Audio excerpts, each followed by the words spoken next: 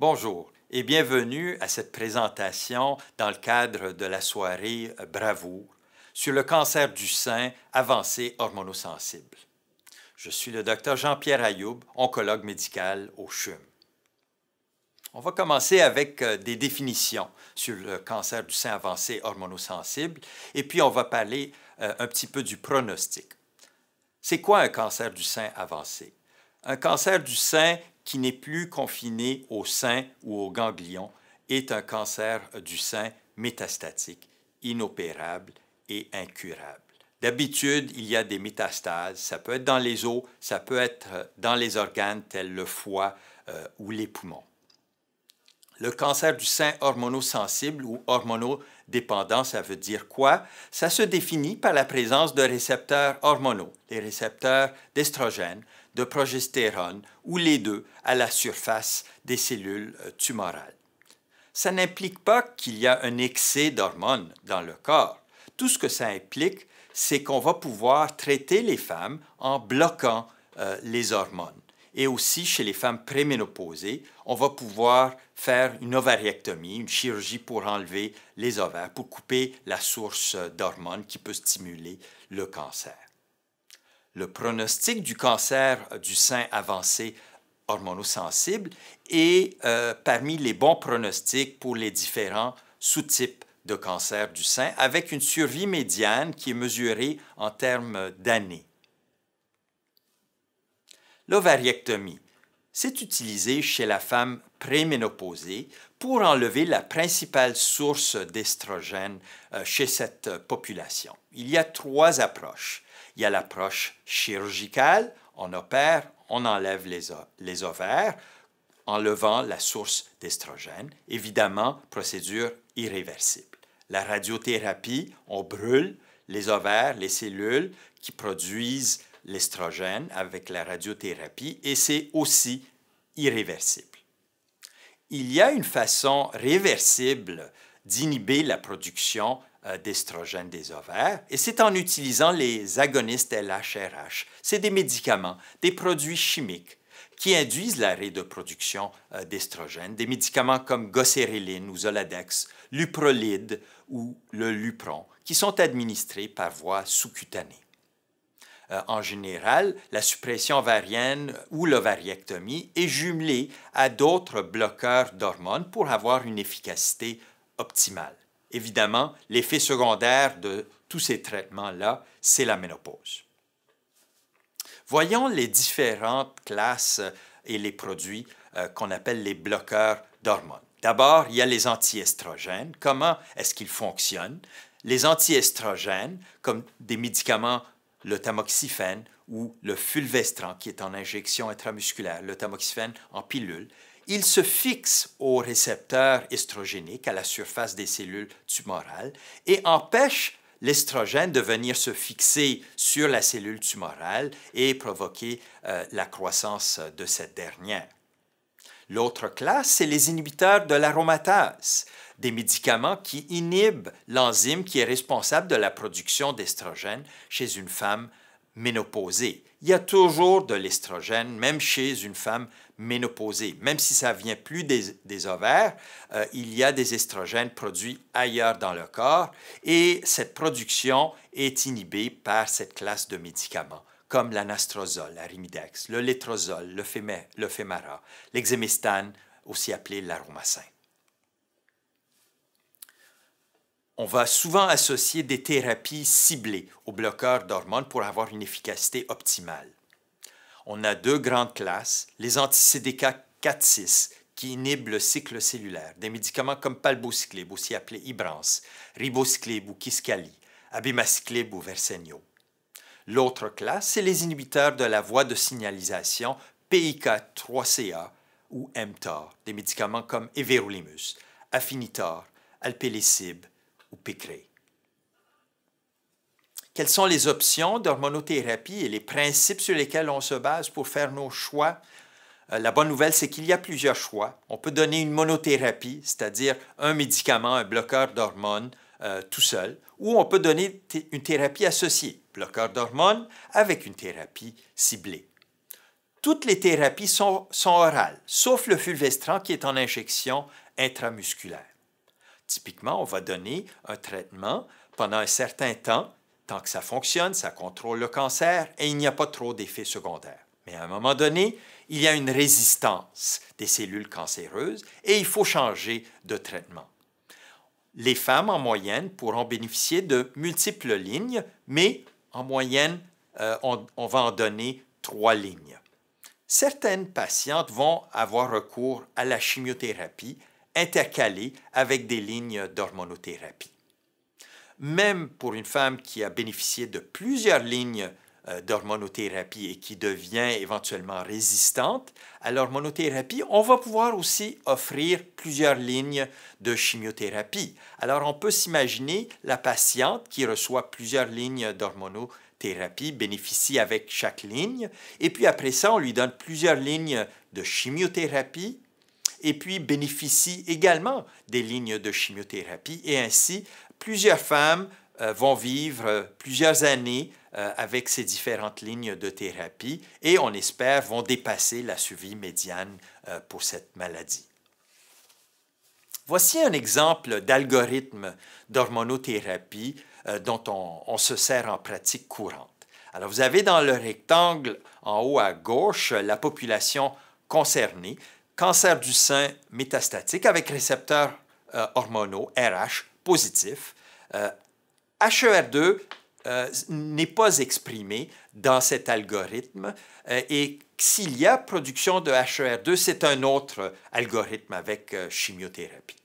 Donc, femmes ménopausées ou préménopausées avec ovariectomie ou suppression ovarienne, on doit, dès le début, identifier s'il y a une crise viscérale, complication qui peut arriver chez la minorité des patients. C'est moins de 10% dans ma pratique. C'est quoi une crise viscérale?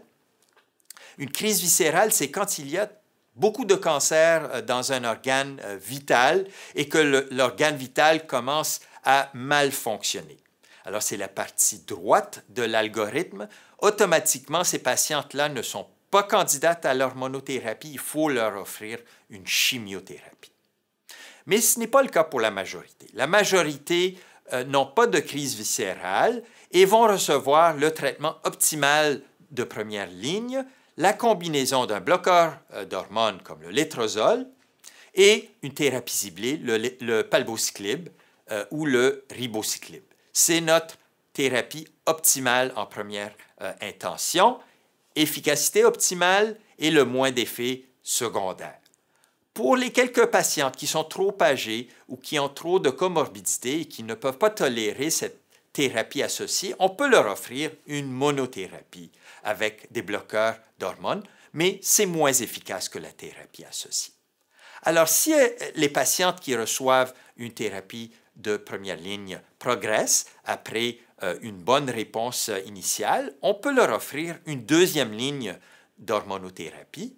On leur donne un bloqueur d'hormones et une thérapie ciblée, exemple, exemestane plus everolimus. Encore une fois, si on a une bonne réponse, on peut leur offrir une troisième ligne qui peut être le fulvestrant ou le tamoxifène. Éventuellement, le cancer devient réfractaire aux bloqueurs d'hormones et leur thérapie ciblée et on doit passer à la chimiothérapie. Il peut arriver aussi plus tôt dans le cheminement.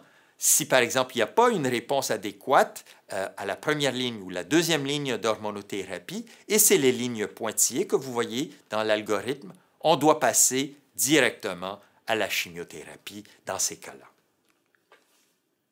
Quelles sont les chances de répondre à l'hormonothérapie?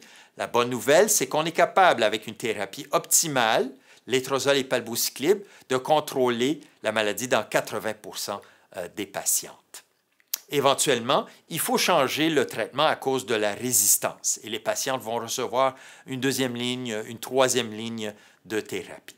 Le pourcentage de réponse et la survie va dépendre de plusieurs facteurs et vous devriez en parler à votre oncologue pour savoir, selon votre condition, quelles sont les statistiques pour la réponse et la survie. Mais si on se fie à des moyennes, La survie médiane, publiée dans une étude récente avec une thérapie optimale, la combinaison létrozole-ribociclib, maintenant ça dépasse les 5 ans. Alors définitivement, une bonne nouvelle qui est le fruit des recherches des dernières années en cancer du sein hormonosensible. Les effets secondaires maintenant.